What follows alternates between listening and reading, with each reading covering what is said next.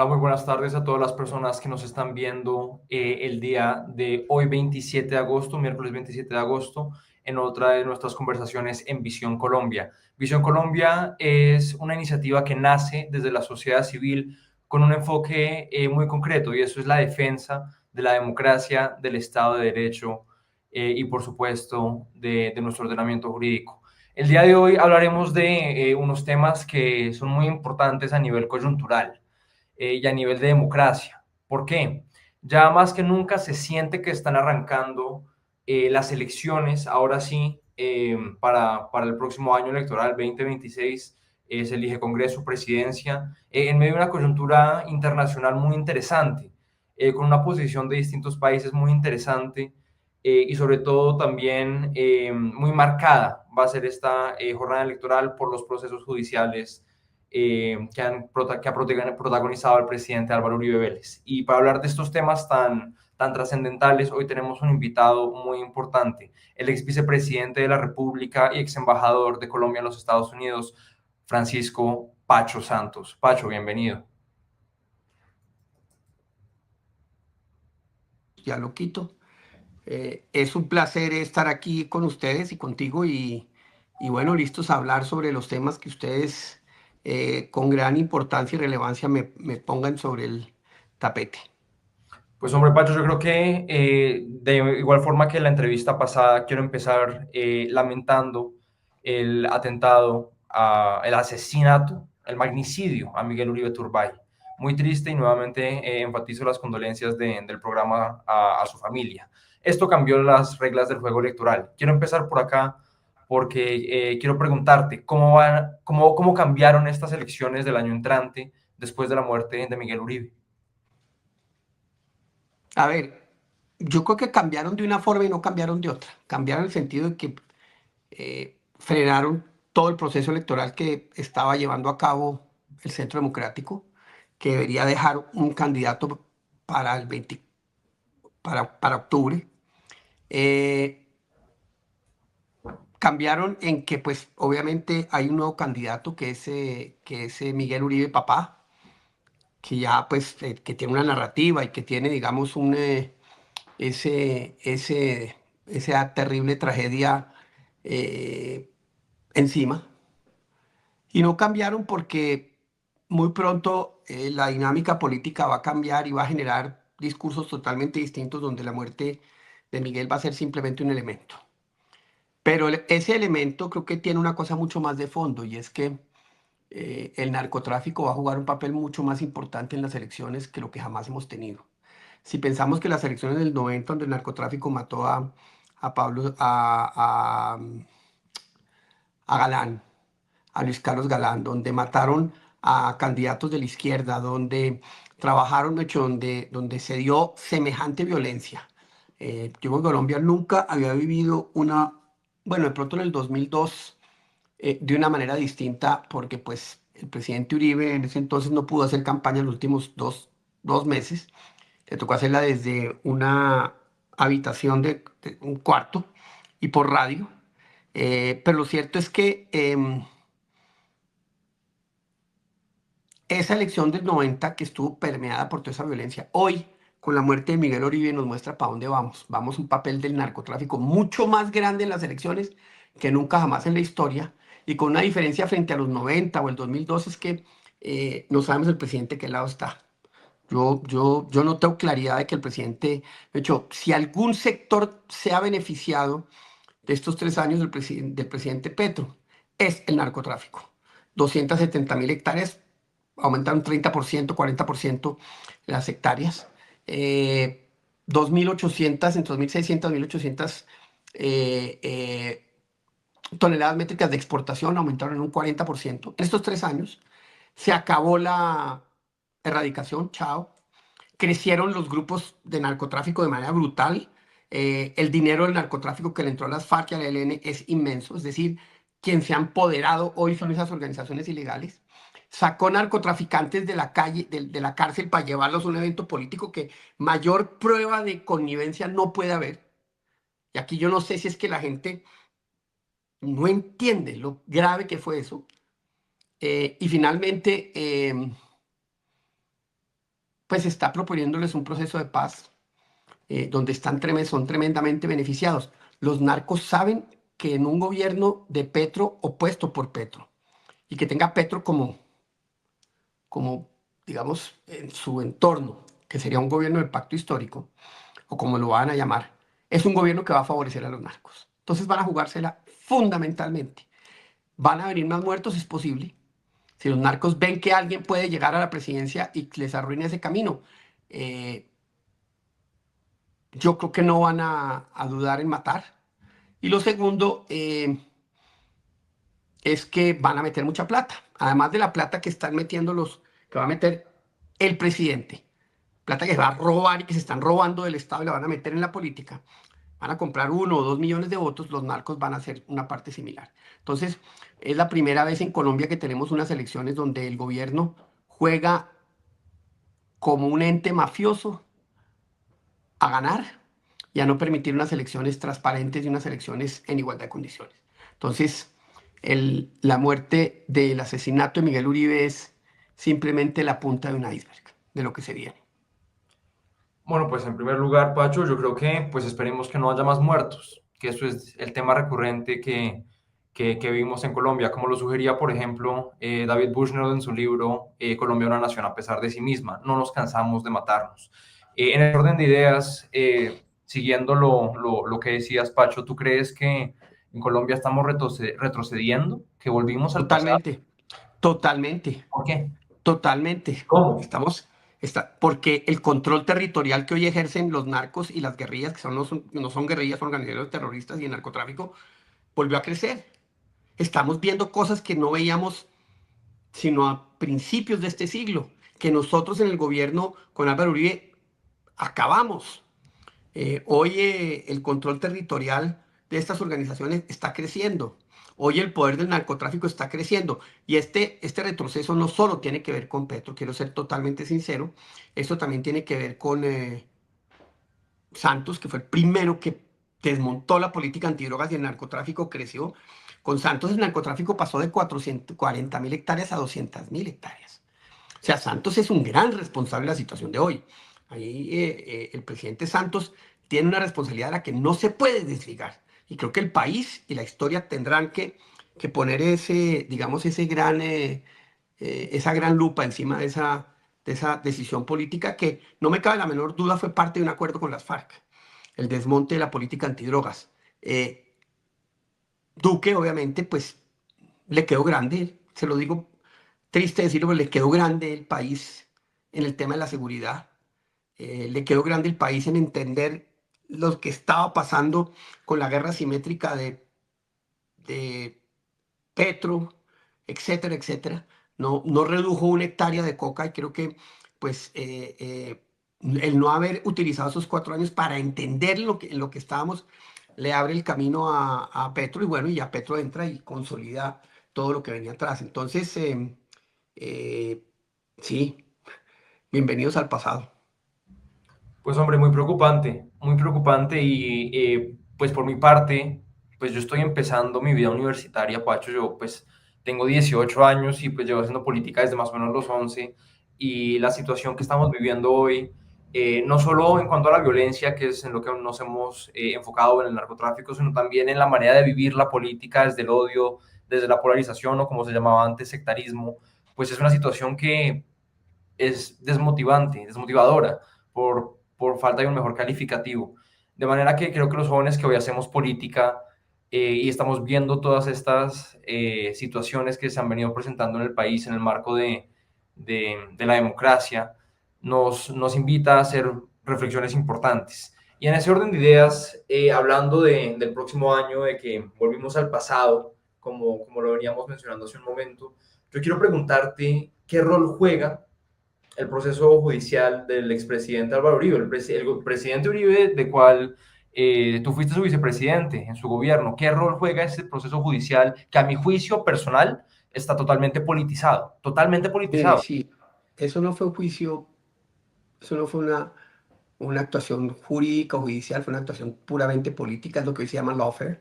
viene montándolo desde principios, viene montándolo desde el final del gobierno de Uribe. Chávez es el primero que dice, necesitamos destruir a Uribe porque Uribe es un hito. Uribe salió con un 75% de aprobación de su gobierno, que eso es algo único.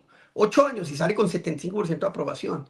Eh, empiezan y crean, digamos, empiezan a crear todo ese matiz de falsos positivos que cuando uno ve la historia es otra cosa.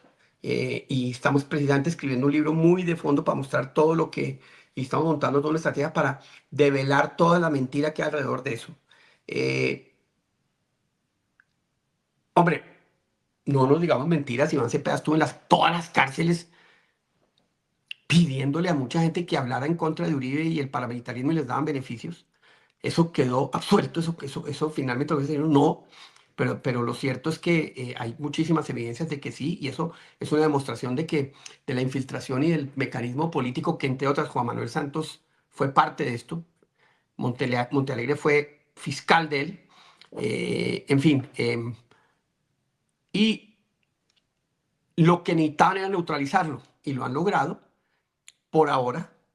Lo cierto es que esto ha demostrado la politización del sistema judicial. Yo aspiro que las cortes, de verdad, y creo que la decisión del tribunal y lo que dijo muy fuerte, va a abrir las puertas para que puedan haber decisiones contrarias a la de la juez. Si hay una evaluación de las pruebas, esa evaluación de las pruebas es clarísima. Es más, ¿sabe qué? Este es un caso donde supuestamente el que hizo y operó el crimen quedó absuelto. Y sin embargo quedó absuelto en procesos judiciales. Dijeron, no, usted no hizo nada de eso. Y supuestamente el que ordenó hacerlo está condenado. Y uno dice, wow, minutico, no entiendo. Entonces usted en un carro, mejor dicho, es inentendible. Pero bueno, eh, yo creo que ya es parte del escenario. Creo que tenemos que utilizarlo muchísimo para mostrar lo que eso significa en términos de libertad y de posibilidad de que a cualquiera le pase. No me cabe la menor duda que Petro, entre otras, ya lo está haciendo. Va a... Esto le mando un mensaje a los empresarios, o trabajan conmigo o yo tengo la justicia aquí en el bolsillo. Entonces sí es un mecanismo de presión muy fuerte que hoy Petro puede ejercer en contra de sectores liberales y sectores independientes y la oposición. Hoy la oposición, hoy la oposición, les quiero ser totalmente, tiene muchas menos garantías que nunca en su historia. Mejor dicho, y creo que eso pues lo pudimos comprobar con la muerte de Miguel, tristemente, y pues con la persecución judicial a Uribe. Pacho, no iba a ir, no iba a guiar esta entrevista por este lado, pero me lo pusiste en bandeja de plata. Iván Cepeda es el candidato de las FARC. Mire, independiente de si sea o no, el candidato de Petro se llama María José Pizarro. Está pidiendo votos para ella. Lo que ellos están montando para octubre es interesantísimo. Van a comprar 3 o 4 millones de votos. No es la votación que ellos van a tener, pero van a lograr generar un impacto grandísimo que cambia la narrativa donde ellos hoy son un partido muy débil, es una organización política muy débil. Van a mostrar una fuerza que ganan a través de compra, a través de, están comprando aparatos políticos de políticos, y esto lo voy a escribir una columna para semana, este fin de semana. Están eh, diciéndole a alcaldes, si ustedes nos ponen todos estos votos, les damos estos proyectos. O sea, están utilizando lo peor de la política, que es en lo que el señor Benedetti eh, es excelente. Su excelencia es en ese tipo de corrupción. Y yo creo que, es más, Benedetti le dijo a una persona, ¿qué tal si nos ponemos 7 millones de votos en la consulta de octubre? Eso cambia el panorama político. Eso es lo que están pensando. Si ponen 3 millones, de todas maneras generan un impacto. No sé hasta dónde puedan llegar, pero aquí van a estar la plata de los narcos, toda la plata del gobierno, la lista que va a ser cerrada del pacto histórico. Se va a determinar de acuerdo con el número de votos que saque cada uno de ellos. Entonces van a comprar lo que sea para sacar la mayor cantidad de votos. Eso me parece muy inteligente, pero la operatividad no es con debate, sino con billete, porque pues ellos saben que si no compran los votos, no sacan votos. Mire lo que pasó con Iván Cepeda en el día de hoy, que estuvo en Tierra Alta y lo sacaron corriendo. Eh, Va a haber presión de los narcos y presión de las guerrillas para que la gente salga a votar. Entonces yo sí creo que esto va a ser, ellos están mucho más preparados que nosotros. Nosotros seguimos pensando que hay, que en marzo se definen las cosas. No, las cosas se van a empezar a definir. Yo diría que para mediados de noviembre la cosa está definida. Interesante, interesante, sobre todo analizando la manera en la que se está organizando o cómo se está proyectando la hipotética segunda vuelta, No, que, no, no, no, no, no mire tan lejos. no, Es pero que, relacionándolo, eh, relacionándolo. es que ellos ya tienen clarísimo lo que están haciendo en octubre. Y nosotros hay unos que dicen, no, vamos hasta marzo, otros que no, que hasta diciembre, no. Aquí para octubre, para noviembre, van a haber dos candidatos que tienen totalmente absorbida la opinión pública. No le quepa la menor duda. Una va a Entonces, ser, uno va a ser el que salga de ahí y el otro el que tenga la capacidad de enfrentarse muy duro y recoja el susto que tenemos todos. es decir, para que nos quede claro, según Pacho Santos, el candidato de Gustavo Petro para la presidencia va a ser María José Pizarro. Sí, sí. Clarísimo. No, para no desviarnos mucho del tema del Pero proceso. además a un político de la costa muy importante lo invitó a Palacio y no se quieren y le dijo, necesito que me ayude con 200.000 votos, El presidente Petro. sí, para María José Pizarro. Ya, Blanco es gallina lo pone. mejor dicho, preocupante. Preocupante esa forma de hacer política porque No, tal cual, si no, no... así hacen ellos la política, así eso es así. Este es un presidente que va a intervenir en la política brutalmente. Es la primera vez que va a tener una cosa descarada. Por eso te decía yo al principio, no son las elecciones transparentes, no son las elecciones tranquilas, son las elecciones donde el presidente va a utilizar todo el poder del Estado y los ministros para comprar y comprar y comprar votos. Y eso empieza ahorita, el 26. Pues hombre, Pacho, y no solo un presidente muy metido en política, sino pues ahora que enfatizamos en esto, me imagino yo un expresidente, Petro, Dios mediante, muy metido, no en política, sino en desorden social, ¿no estarías de acuerdo? Sí, seguro. Seguro, seguro. Pero eso también tiene un costo y lo que pasa es que nosotros tenemos que empezar a entender cómo operan ellos para operar de la misma manera. No lo hemos logrado hacer. Hemos sido demasiado ingenuos, digamos, hemos sido muy respetuosos de muchos de los temas políticos, etcétera, y ellos les importa cinco ese tema. Para ellos, el resultado, el fin es mucho más importante que los medios. El medio que sea lo van a usar. Claro, no, pues muy preocupante, eso sí, pues un panorama tremendamente desalentador. Pero quiero volver un momento antes, pues ya de desviarnos del todo del tema del proceso judicial de Uribe. El presidente Uribe renunció a a la preclusión del caso y, O- y sí. eso pues es tremendamente significante, pues porque el caso pues ya se iba pues más o menos que a definir pues al firmarse la preclusión, de manera que el acto de renunciar a dicha preclusión es a mi juicio un acto de gran valentía por parte del presidente Uribe. Pero quiero hacerte una pregunta muy concreta. ¿Y qué si sale mal? Porque es una posibilidad. Pues si sale mal, carajo, yo me niego a pensar que el Tribunal Superior, ante esa avalancha de prevaricatos y de decisiones que tomaron en contra de toda la evidencia que había, no vayan a actuar de acuerdo con la ley. Ni siquiera me quiero hacer ni siquiera quiero ponerme en ese escenario. Creo que nadie, creo que nadie. Pero pues el tema del proceso judicial del presidente Uribe, las elecciones, todo eso se está desarrollando en un escenario geopolítico interesante, por no decir otra cosa. Y voy a traer a colación el tema de Venezuela y de los Estados Unidos. Yo creo que las próximas elecciones, sobre todo a presidencia, van a ser determinantes para la geopolítica norteamericana, para el presidente Trump y su programa de política exterior. ¿Por qué? Porque pues ya en estos últimos días vimos como se empezó a mostrar la fuerza militar de los Estados Unidos frente a Venezuela, de una manera tal vez más directa que antes. Más, no solo más directa, sino más mediática, más visible y tal vez No, y más, más sí, directa más totalmente. O sea, confrontacional y más confrontacional. mm. Lógicamente, Colombia a nivel geopolítico es fundamental en ese escenario. Hablando del señor Trump, mire. A ver, no, pues ahí vi la foto, eso fue lo primero que vi. Eso fue lo primero Aquí, que vi. aquí hay unos personajes increíbles. Mire, arriba. está Francisco Santos Galvis, que es mi tatarabuelo. Abajo está su esposa. Ahí estoy con el Papa, a ¿Cuál mano papa? derecha, Alcanza a el ver. Papa Juan Pablo II, personajón. El mejor papa de los últimos tiempos, a mi Espérese, a gusto. ver si, bueno, espérese, me hago para el otro lado. Aquí estoy con el presidente Uribe. Sí, Eh, Mi foto de matrimonio. A la derecha, cuando César Rincón me brinda un toro después de salir de mi secuestro y le corta dos orejas. el Y maestro. arriba, y arriba mi esposa con un gran ser humano que era mi tío Enrique Santos. Y un hombre que me enseñó muchísimo.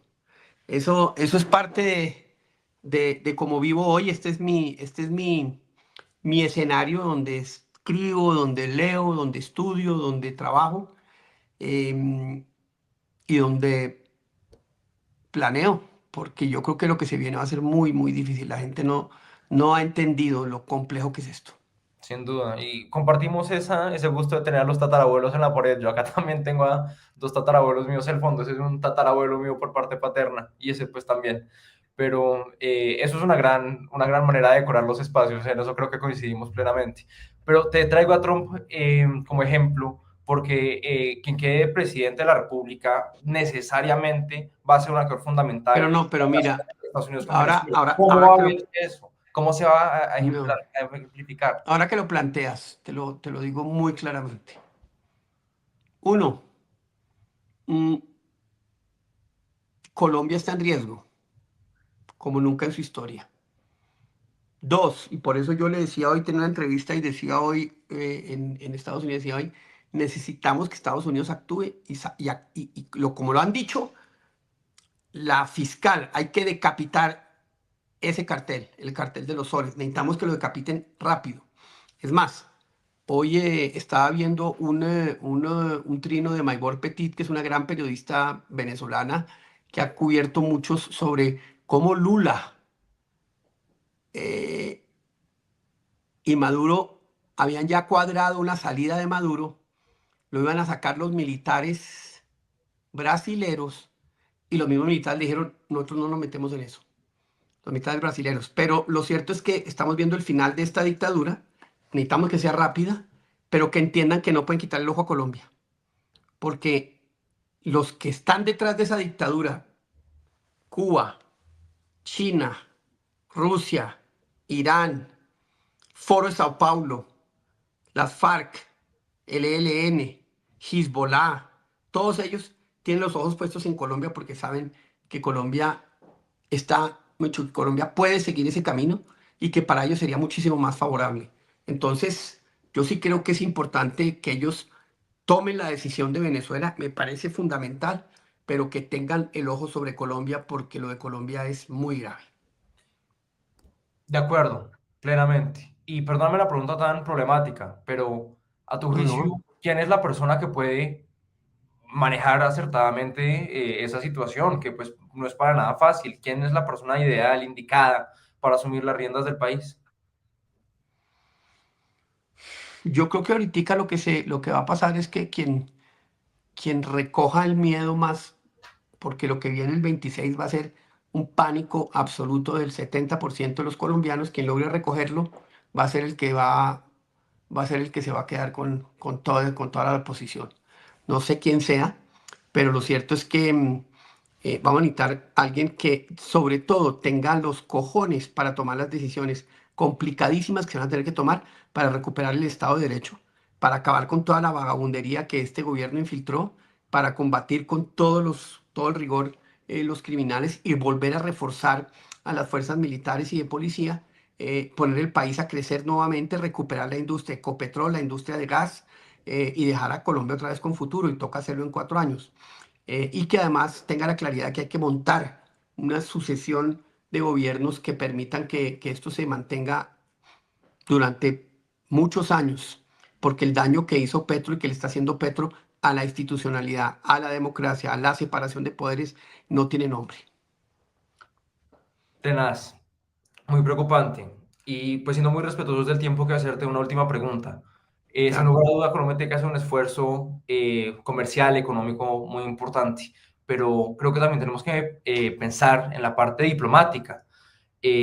restablecer relaciones con el Estado de Israel, por ejemplo, o arreglar nuestras relaciones con los Estados Unidos. ¿Qué debe hacer el próximo gobierno de Colombia, el gobierno entrante, a nivel diplomático? Lo primero es restablecer relaciones al más alto nivel con Estados Unidos. Lo primero es que Estados Unidos y Colombia vuelvan a ser los aliados que Estados Unidos necesita y que Colombia necesita. Y que tengamos unas acciones, digamos, muy concretas en el futuro para luchar contra todo este populismo del siglo XXI. Conjuntamente en toda América Latina. Creo que debemos, así como lo hicimos con el narcotráfico, segundo, también con el narcotráfico. Absolutamente, porque hoy la amenaza más grande a la democracia es el narcotráfico y lo que Trump ha hecho con Venezuela y el cartel de los soles es decir, el narcotráfico ya no es un problema de criminalidad organizada, es un problema de seguridad nacional para Estados Unidos. Eso cambió totalmente la discusión. Yo creo que ni los narcos todavía lo han entendido, eh, pero lo van a empezar a entender muy a costa de ellos. Eso es lo primero, recuperar lo que Colombia era. Eso, Petro lo votó y lo primero que era un socio confiable y el socio más confiable de Estados Unidos. ¿Logrará Trump, Pacho, capturar a Maduro?